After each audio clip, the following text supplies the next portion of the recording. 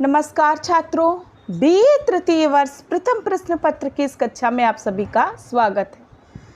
प्रथम प्रश्न पत्र अद्यतन काव्य में आज की कक्षा का प्रकरण है नागार्जुन की सुप्रसिद्ध कविता पछाड़ दिया मेरे आस्तिक ने।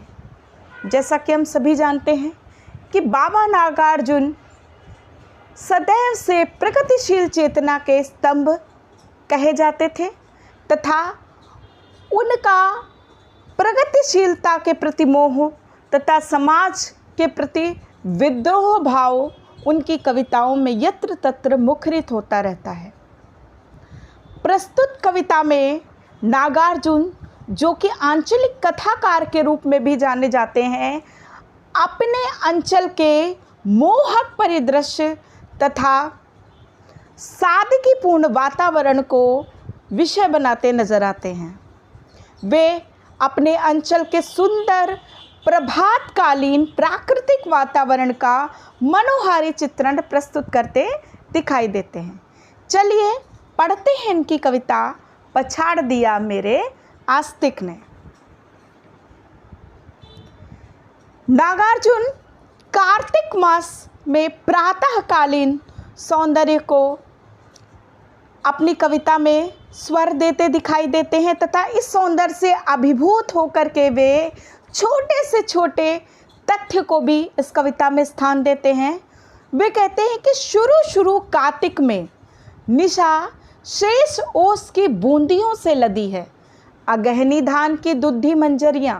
वे कहते हैं कि कार्तिक मास के प्रारंभ में, अर्थात कार्तिक मास का भी आगमन ही हुआ है, तो शुरू कार्तिक में निशा अर्थात बची हुई रात, निशा शेष ओस की बूंदियों से लदी है कि रात की जो ओस की बूंदें हैं उनसे लदी पड़ी हुई हैं। कौन? अगहनी धान की दुधी मंजरियाँ, कि अगहन के मास में जो पक जाएंगी उस धान की दूधिया मंजरियाँ रात की ओस की बूंदों से लदी हुई हैं। तो जब इन बालियों पर ओस की बूंदें दिखाई देती हैं तो ऐसा लगता है कि मानो मोतियां जड़ी हुई हों उनमें। आगे कहते हैं वे पाकर परस प्रभाती किरणों का मुखर हो उठेगा इनका अभिराम रूप, कि जैसे ही प्रातःकालीन सूर्य की प्रारंभिक नई किरणें इनके ऊपर पड़ेंगी, इनका रूप और अधिक सुंदरता से भर जाएगा। टहलने निकला हूँ परमान के किनारे किनारे। वे कह रहे हैं कि मैं परमान नदी के किनारे मेड़ पर टहलने निकला हूँ, बढ़ता जा रहा हूँ खेतों की मेड़ों पर से आगे, कि मैं अपने जो है वो बालपन की यादों से विचलित होता हुआ, उन दृश्यों को याद करता हुआ आज इतने दिनों के बाद पुनः उसी मार्ग पर खेतों की मेड़ से आगे बढ़ते हुए चला जा रहा हूँ। वापस मिला है अपना वह बचपन, मानो इस मार्ग पर जाते जाते मुझे अपना वो खोया हुआ बचपन वापस मिल गया। मेरे मन में बचपन की, बालपन की सभी स्मृतियाँ जो हैं वो वापस से पुनः जो है संचरित हो उठी हैं। कई युगों के बाद आज करेगा मेरा स्वागत शरद का बाल रवि, यानी कई युगों के बाद मुझे आज अपना वह बचपन वापस मिला है जब मैं इस मार्ग पर इस प्रातःकाल के सौंदर्य का साक्षात्कार करने निकला हूँ, और मेरा स्वागत करेगा शरदकालीन बाल रवि। जब हमने देखा है कि जब ग्रीष्म ऋतु होती है और सूर्य उदित होता है तब उसमें जो है वो शीतलता का भाव कम होता है और वो उगने के तुरंत बाद ही काफ़ी तेज चमकने लगता है और उसकी किरणें भी जो हैं वो हमारे गात को जो है सुखकर नहीं प्रतीत होती। परंतु शरद काल में जैसे ही सूर्य उदित होता है उसके कई देर बाद तक वो हमें शीतल किरणें ही प्रदान करता है, अर्थात उसकी जो है ग्रीष्म, उसकी ऊष्मा जो है वो हमारे तन को जो है वो किसी भी तरह परेशान नहीं करती हैं। तो नागार्जुन वही कह रहे हैं कि कई युगों के बाद आज मुझे मेरा बचपन वापस मिला है और इस अवसर पर मेरा स्वागत शरदकालीन बाल रवि यानी त्वरित उदित होने वाला बाल अरुण का बिंब करेगा। चमकता रहेगा घड़ी आधी घड़ी पूर्वांचल प्रवाही परमान की द्रुत विलंबित लहरों पर, कि यह शरतकालीन बाल रवि जो है वो घड़ी आधी घड़ी इसी तरह नदी के द्रुत विलंबित लहरों के ऊपर पड़े जल के आवरण पर इसी तरह जो है वो चमकता रहेगा। और मेरे ये अनावृत चरण युगल करते रहेंगे चहलकदमी सैकत पुलिन पर। और मेरे ये अनावृत चरण युगल यानी कि जब मैं आगे चल रहा हूँ तो इस रेत से भरे मार्ग पर मेरे चरणों के जो है वो प्रतिबिंब बनते जा रहे हैं। और मेरे ये चरण युगल मेरे दोनों चरणों के जो प्रतिबिंब हैं वो इसी तरह से सैकत बालू की पुलिन पर, बालू की शैया पर इसी तरह से चहलकदमी करते रहेंगे। कि कवि कह रहा है कि उस शरतकालीन बाल सूर्य की किरणें पूर्वांचल में प्रवाहित होने वाली परमान की अनवरत बहती लहरों पर कुछ घड़ी यूं घड़ी आदि इसी तरह चमकती रहेंगी और मैं नंगे पैर इस रेतीले तट पर चहलकदमी करता रहूँगा। तात्पर्य यह है कि कवि उस मनोहारी बाल सूर्य की ऊर्जा, निरंतर प्रवाहित होने वाली लहरों की रागात्मकता, गत्यात्मकता को अपने भीतर अनुभव करना चाहता है। उसे एक सकारात्मक ऊर्जा प्राप्त हो रही है इस सौंदर्य से अभिमंडित वातावरण से। तो यहाँ हम देखते हैं कि नागार्जुन ने प्रातःकाल का गत्यात्मक चित्र प्रस्तुत किया है तथा उन्होंने किस सुंदरता के साथ शरदकालीन बाल रवि की विशेषता बताई है। और आंचलिक कथाकार हैं, अंचल विशेष से प्रेम होने के कारण वे अपने अंचल की छोटी से छोटी बारीकियों को भी अपनी कविता में समाहित करते दिखाई देते हैं। चलिए आगे बढ़ते हैं। छोड़ते जाएंगे साथ ही हल्की छाप और फिर आएगी हंसी मुझे अपने आप पर, उतर पड़ूंगा तत्क्षण पंकिल कछार में, बुलाएंगे अपनी ओर खुरों के निशान, झुक जाएगा यह मस्तक अनायास दुधारू भैंसों की याद में। कि रेत पर चरण कमल जो मेरे चहलकदमी कर रहे हैं वे अपनी साथ ही हल्की छाप उस सैकत पुल पर छोड़ते जाएंगे और फिर मुझे अपने ऊपर हंसी आएगी कि मैं नदी के इतने पास होकर भी क्यों इस तरह से दूर खड़ा हुआ हूँ। और मैं तुरंत उस पंकिल कछार में, अर्थात जब नदी या कहीं पे भी झील शुरू होती है तो किनारे के समय थोड़ी मिट्टी होती है, उसके बाद धीरे धीरे जल का स्तर बढ़ता जाता है। तो कवि कह रहा है कि मैं तुरंत तत्क्षण अर्थात तुरंत उसी क्षण उस पंकिल कीचड़ से भरे हुए कछार में उतर जाऊंगा और मुझे अपनी ओर बुलाएंगे भारी खुरों के निशान। चूँकि नदी में या नहर में जो गांव के पशु हैं, जो भैंस हैं, जो गाय हैं, वे भी स्नान करने के लिए जाती हैं। उनके जो स्वामी हैं वो उन्हें वहाँ ले जाते हैं और उनको जो है वो स्नान कराते हैं। तो नागार्जुन अपने बचपन की याद में पुनः डूब जाएंगे और उन्हें उस पंकिल कछार में बने हुए भारी खुरों के निशान अपनी ओर मानो आकर्षित करेंगे और नागार्जुन की स्मृति में उनकी दुधारू भैंस की स्मृति आ जाएगी और उनका मस्तक उस भैंस की याद में झुक जाएगा। कि वे कह रहे हैं कि अपनी दुधारू भैंसों को याद कर मेरा शीश अनायात ही उनकी स्मृति में झुक जाएगा। या लो दूर कहीं शीशम के झुरमुट से उड़ता आया है नीलकंठ। कि कहीं दूर शीशम के झुरमुट से उड़कर नीलकंठ पक्षी यहाँ पर आ गया है। अब उसको देखकर नागार्जुन अनुमान लगाते हैं कि गुजर जाएगा ऊपर ही ऊपर, कहाँ जाकर बैठेगा। कि ये नीलकंठ पक्षी ऊपर ऊपर से ही गुजर जाएगा और जाकर ये कहाँ आश्रय लेगा, कहाँ बैठेगा। इधर पीछे जवान पाकड़ की फुनगी पर या कि उस बूढ़े पीपल की बदरंग डाल पर, कि ये पीछे खड़े हुए एक नए पाकड़ की फुनगी पर बैठकर विश्राम करेगा, या कि उस बूढ़े अर्थात पुराने प्राचीन पीपल की बदरंग डाल पर बैठेगा, या कि उड़ता ही जाएगा, या इन दोनों में से कहीं आश्रय न लेकर वो आगे उड़ करके पहुंचेगा विष्णुपुर के बीचों बीच मंदिर की अंगनाई में मौलसिरी की सघन पत्तियों वाली टहनियों की ओट में।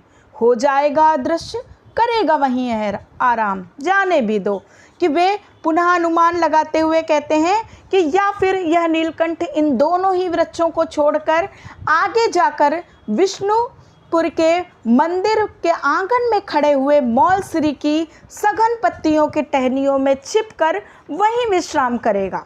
हो जाएगा अदृश्य अर्थात वो पत्तियों के बीच में छिप जाएगा और वहीं पर विश्राम करेगा। जाने भी दो कि ये तो पक्षी के मन की बात है। आओ तुम मेरे साथ रत्नेश्वर। अब यहाँ पे वे अपने मित्र को जो कि उसके साथ है उसको संबोधित करते हुए कहते हैं कि आओ तुम मेरे साथ रत्नेश्वर, देखेंगे आज जी भरकर उगते सूरज का अरुण अरुण पूर्ण बिंब। कि रत्नेश्वर इन सब बातों को छोड़ो, आओ आज हम और तुम दोनों मिलकर कितने दिनों के बाद उगते हुए सूरज का अरुण अर्थात लाल पूर्ण बिंब अर्थात गोलाकार उदित होते हुए लाल लाल सूरज के बाल रूप का पूर्ण बिंब देखेंगे। जाने कब से नहीं देखा था शिशु भास्कर, यानी कि यहाँ पर कभी जो हमारे प्राचीन संस्कार थे उनके प्रति अपना मोह दिखाता है कि किस तरह से पहले हमारे गाँवों में और हमारे नगरों में प्रातःकाल ब्रह्म मुहूर्त में उठने का प्रचलन था। लोग उठ करके स्नान करने के लिए नदी के किनारे या नहर के किनारे जाते थे और उगते हुए पूर्ण सूर्य के बिंब को अर्घ्य दे करके अपने दिन की शुरुआत करते थे, प्रारंभ करते थे अपने दिन का।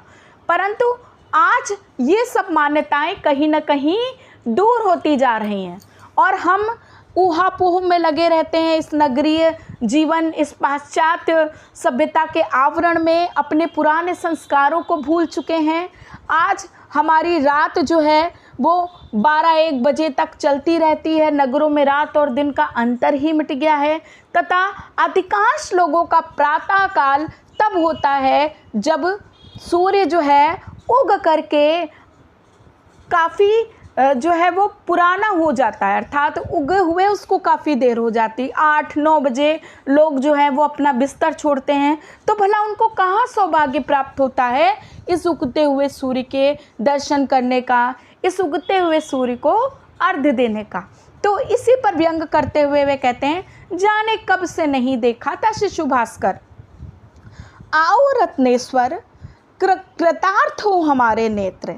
वे कहते हैं कि तुम मेरे साथ आओ, आज हम अरुणिम आभा वाले सूर्य के पूर्ण बिंब को देखेंगे। जाने कब से इन नेत्रों ने उगते हुए सूर्य के दर्शन नहीं किए। क्यों? क्योंकि हम तो नगरीय सभ्यता के आवरण में दिखावे वाली संस्कृति में अपनी संस्कृति के, अपनी सभ्यता के मूल तत्वों को ही भूल चुके हैं। वे कहते हैं, आओ रत्नेश्वर, आज हमें अगर सौभाग्य मिला है तो हम अपने नेत्रों को कृतार्थ कर लें, धन्य कर लें इस उगते हुए सूर्य के बिंब का दर्शन करके। देखना भाई, जल्दी ना करना, लौटना तो है ही। अपने मित्र को संबोधित करते हुए वे पुनः कहते हैं कि रत्नेश्वर भाई, चलना तो वापस है ही है, लेकिन अब जल्दी ना करना। क्यों? क्योंकि इस अलौकिक दृश्य को देखकर हमारे नेत्रों को कृतार्थ होने का जो अवसर मिल रहा है वो फिर पता नहीं कब हमें मिले। तो वह कहते हैं, मगर क्या कहाँ दिखता है रोज रोज, सोते सोते ही बिता देता हूँ शत शत प्रभात। कि यहाँ पर पुनः जो है वो नागार्जुन इस नगरीय सभ्यता के दिखावे पूर्ण संस्कृति पर व्यंग करते हुए, कटाक्ष करते हुए कह रहे हैं कि भाई, हम लोग तो जो है वो रोज़ ही अपने जीवन को जीते हैं, घर तो जाना ही है, जिम्मेदारियों उत्तरदायित्वों का निर्वाह करना है, मगर ये अवसर कहाँ रोज़ रोज़ मिलता है। क्योंकि रोज़ तो हम लोग जो है सोते सोते ही इस प्रभातकालीन सूर्य के दर्शन का अवसर समाप्त कर देते हैं। छोड़ देते हैं। सोते सोते ही हम अपने इस अत्यंत सकारात्मक ऊर्जा वाले प्रभात काल को बिता देते हैं। छूट सा गया है जनपदों का स्पर्श। नागार्जुन कह रहे हैं कि भैया हम हमारे जनपदों का, उसकी सभ्यता का, उसके रीति रिवाजों का संस्पर्श कहीं ना कहीं हमसे छूटता जा रहा है। अंत में वे इस त्रासदी को जो है वो व्याख्यायित करते हुए कहते हैं, हाय रे आंचलिक कथाकार, आज मगर उगते सूरज को देर तक देखेंगे, जी भर कर देखेंगे, करेंगे अर्पित बहते जल का अर्ध। कि आज हम न केवल इस उगते हुए सूर्य को देखेंगे, इस प्रभातकालीन ऊष्मा का, इस प्रभातकालीन सकारात्मक ऊर्जा का पूरा संचार अपने अंदर अनुभव करेंगे और साथ ही साथ बहते हुए जल का अर्ध भी इस उगते हुए सूर्य को अर्पित करेंगे। गुदगुदाएंगे गदगद होकर, ओम नमो भगवते भुवन भास्कराय, ओम नमो ज्योतिरीश्वराय, ओम नमो सूर्याय सावित्रे। तो यहाँ पर वे सूर्य नमस्कार के मंत्रों को जो है वो गुनगुनाने की बात करते हैं कि यहाँ पर वो एक तरह से हमारे सामने ये तथ्य रखते हैं कि चाहे वो कितनी भी जो है वो बात करें इस सभ्यता संस्कृति से दूर जाने का, इससे मोह भंग होने का, परंतु जो संस्कार हमारे हृदय में बचपन से बसे रहते हैं उनकी जड़ें इतनी गहरी होती है कि वे हमें आसानी से नहीं छोड़ती। कि हम भले ही वामपंथी विचारधारा, प्रगतिशील विचारधारा, समाजवादी विचारधारा का होने का दंभ भर ले, परंतु हमारे मन में उस वैदिक संस्कृति की जड़ कहीं ना कहीं बड़े गहरे तक दबी हुई है, बनी हुई है, और जो हमको साधारणतः छोड़ नहीं सकती। तो वे यहाँ पर सूर्य मंत्र का उच्चारण करते हुए कहते हैं कि जब हम बहते हुए जल का अर्घ अर्पित करेंगे सूर्य को, तो साथ ही साथ सूर्य नमस्कार के ये मंत्र भी मंत्रोच्चरित करेंगे कि ओम नमो भगवते भुवन भास्कराय, ओम नमो ज्योतिरीश्वराय, ओम नमो सूर्याय सावित्रे। देखना भाई रत्नेश्वर, जल्दी ना करना, लौटेंगे इत्मीनान से, पछाड़ दिया है आज मेरे आस्तिक ने मेरे नास्तिक को। कि यहाँ पर वो अपने दैनंदिन जीवन में व्यस्तता के कारण सूर्योदय के विहंगम दृश्य को नहीं देख पाने के प्रति जो है क्षोभ व्यक्त करते हैं, परंतु आज इस अवसर का पूरा लाभ उठाते हुए वे सूर्य को जल अर्घ देकर सूर्य की स्तुति करने का भाव प्रकट करते हैं। और वे सूर्य स्त्रोत का पाठ करके गदगद कंठ से कहता है, ओम नमो भगवते भुवन भास्कराय, ओम नमो ज्योतिरीश्वराय, ओम नमो सूर्याय सावित्रे। कवि अपने साथी रत्नेश्वर से कहता है कि इस अलौकिक दृश्य को देखते समय जल्दी ना करना। क्यों? क्योंकि आज मैं अपने अंतस में यह शाश्वत दृश्य उतार लेना चाहता हूँ। आज मेरे आस्तिक मन ने मेरी नास्तिकता को भी परास्त कर दिया है, अर्थात मेरे मन में भारतीय सभ्यता संस्कृति के प्रति जो बीज दबे हुए हैं, जो संस्कार हैं, उन्होंने मेरे अंदर के बनावटी संस्कारों को पराजित कर दिया है। मेरे इस वचलन का तुम्हारे जैसा पोस्ट ग्रेजुएट नौजवान साक्षी रहेगा। वे कहते हैं साक्षी रहा तुम्हारे जैसा नौजवान पोस्ट ग्रेजुएट, कि अर्थात तुम पढ़े लिखे हो, नौजवान हो, पोस्ट ग्रेजुएट हो, मेरे इस डेविएशन का मतलब विचलन का, इस परिवर्तन का तुम साक्षी हो। नहीं, मैं झूठ कहता हूँ, मुकर जाऊँ शायद कभी, कि हो सकता है मैं अपने दंभ में आकर कभी ये कहूँ कि नहीं ऐसा तो कभी हुआ ही नहीं था, कहाँ मैंने तो कभी नहीं झुकाया था ये मस्तक, कहाँ मैंने तो कभी नहीं दिया था अर्घ सूर्य को। तो तुम रत्नेश्वर मुस्कुरा भर देना मेरी मिथ्या पर। कि यहाँ पर कवि नागार्जुन अपने साथी से कहते हैं कि तुमने इस दृश्य को देखा है, तुमने मेरे इस परिवर्तन को अनुभव किया है, और हो सकता है कि भविष्य में कभी मैं अपने दंभ को जीवित रखने के लिए मुकर जाऊं इन बातों से कि कहाँ मैंने तो कभी सूर्य को अर्घ नहीं दिया था, मैंने तो यह मस्तक सूर्य के आगे नहीं झुकाया था। तो तुम बस मुस्कुरा देना और मैं मन ही मन समझ जाऊंगा कि तुम्हें अभी भी मेरा वो डेविएशन, मेरा वो परिवर्तन, मेरा वो नास्तिकता को परास्त करके आस्तिक भावों के प्रति समर्पण याद है, तुम्हारी स्मृति में बना हुआ है। तो इस तरह बड़ी ही सुंदरता के साथ उन्होंने एक ओर जहाँ अपने अंचल के प्रभातकालीन सौंदर्य को गतिमान रूप से हमारे सामने प्रस्तुत किया है, वहीं वे अपने अंदर के अंतर्द्वंद को भी सामने लाते हैं कि एक तरफ तो उनके मन में जो संस्कार की जड़ें गहरी बैठी हुई हैं, वो उन जड़ों से वशीभूत होकर अपने मन के संस्कारों को छोड़ नहीं पा रहे हैं, और दूसरी तरफ वे साम्यवादी और वामपंथी विचारधारा से प्रभावित होने का, उसको मानने का भी जो है वो दंभ भरते दिखाई देते। तो इन दोनों के बीच में कहीं ना कहीं अंतर्द्वंद चल रहा है, परंतु उनके मन के आस्तिक भावों ने आज उनकी नास्तिकता को परास्त करके रख दिया है, और इस तथ्य की साक्षी इनकी ये कविता है, जो कि हमें पूर्णतः उनके मन के भावों से परिचित कराती है।